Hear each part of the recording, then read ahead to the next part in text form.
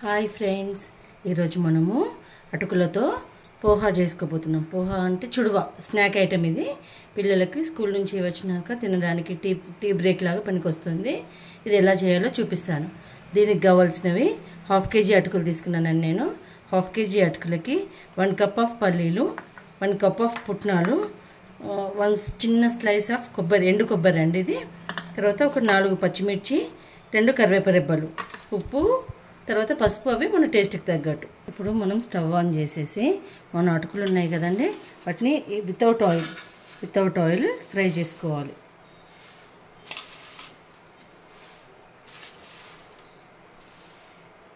ఇలా ఒక 2 to 5 minutes fry చేసుకోవాలి.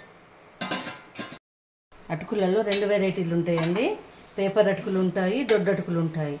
దొడ్డు అటుకులు మనకు పోహాకు, పాయసానికి ఉపయోగపడతాయి. ఇవి పేపర్ అటుకులు. పేపర్ అటుకులు చుడువాకి, ఇలాంటి స్నాక్స్కి ఉపయోగపడతాయి. సో ఇప్పుడు ఇవి పేపర్ అటుకులు అండి. పేపర్ అటుకుల్ని చూడండి, ఇలా కొంచెం కలర్ చేంజ్ అవుతుంది. మనకు ఎట్లా తెలుస్తుంది? ఇట్లా ముట్టుకుంటే మెత్తనే అనిపిస్తుంది, కానీ ఇవి వేగిపోయినాయండి. నేను తీసేస్తున్నాను, వేరే బౌల్లోకి వేస్తున్నాను.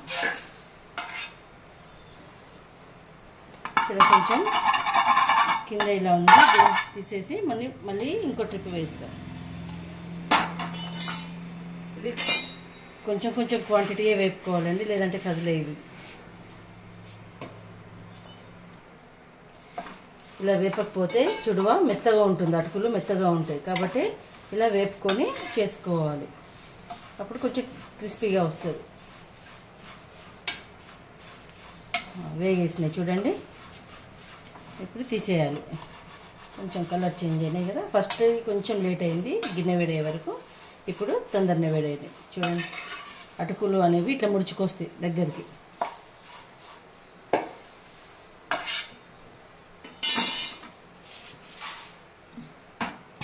నేను 1/2 kg తీసుకున్నాను కదండి, దాన్ని 3 times వేపుకున్నాను.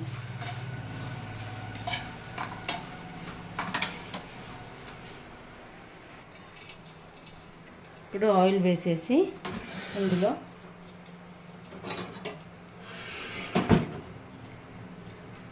ఫస్ట్ పల్లీలు వేపాలండి.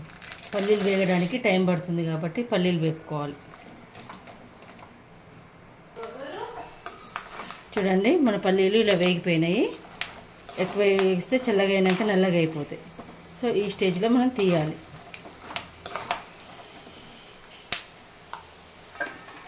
తీసి మనం డైరెక్ట్ అటుకుల మీదనే వేసేసుకోవచ్చండి. ఇలా అటుకుల మీదనే చూడండి, అటుకుల మీదనే డైరెక్ట్ ఆయిల్లో నుంచి తీసి వేసేయాలి.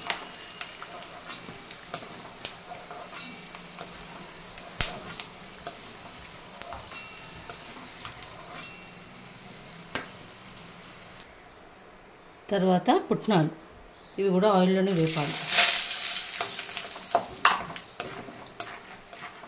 ఇలా పుట్నాలు, వీటికి ఎక్కువ టైం పట్టదండి, వితిన్ 2 minutesలో ఇదిగో ఇలా మనం వేయడంతో వేగిపోతాయి.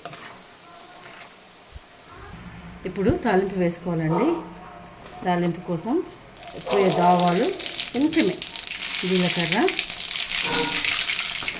మన పచ్చిమిర్చి ఉన్నాయి కదండి, పచ్చిమిర్చి,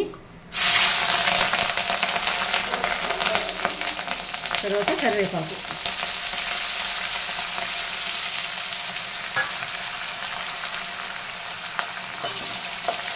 వేసి కలిపేసి ఇందులోనే పసుపు మన కలర్కి తగ్గట్టు, మనం ఎండు కొబ్బరి ముక్కలు ఉన్నాయి కదండి, ఎండు కొబ్బరి ముక్కలు ఇందులో వేయాలి,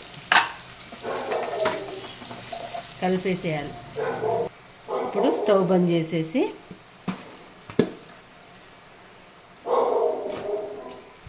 మన వేపు పెట్టుకున్న అటుకుల మీద ఉప్పు మన టేస్ట్కి తగ్గట్టు అండి. నేను 1.5 స్పూన్ వేస్తున్నాను 1/2 kgకి. తర్వాత ఈ తాలింపు,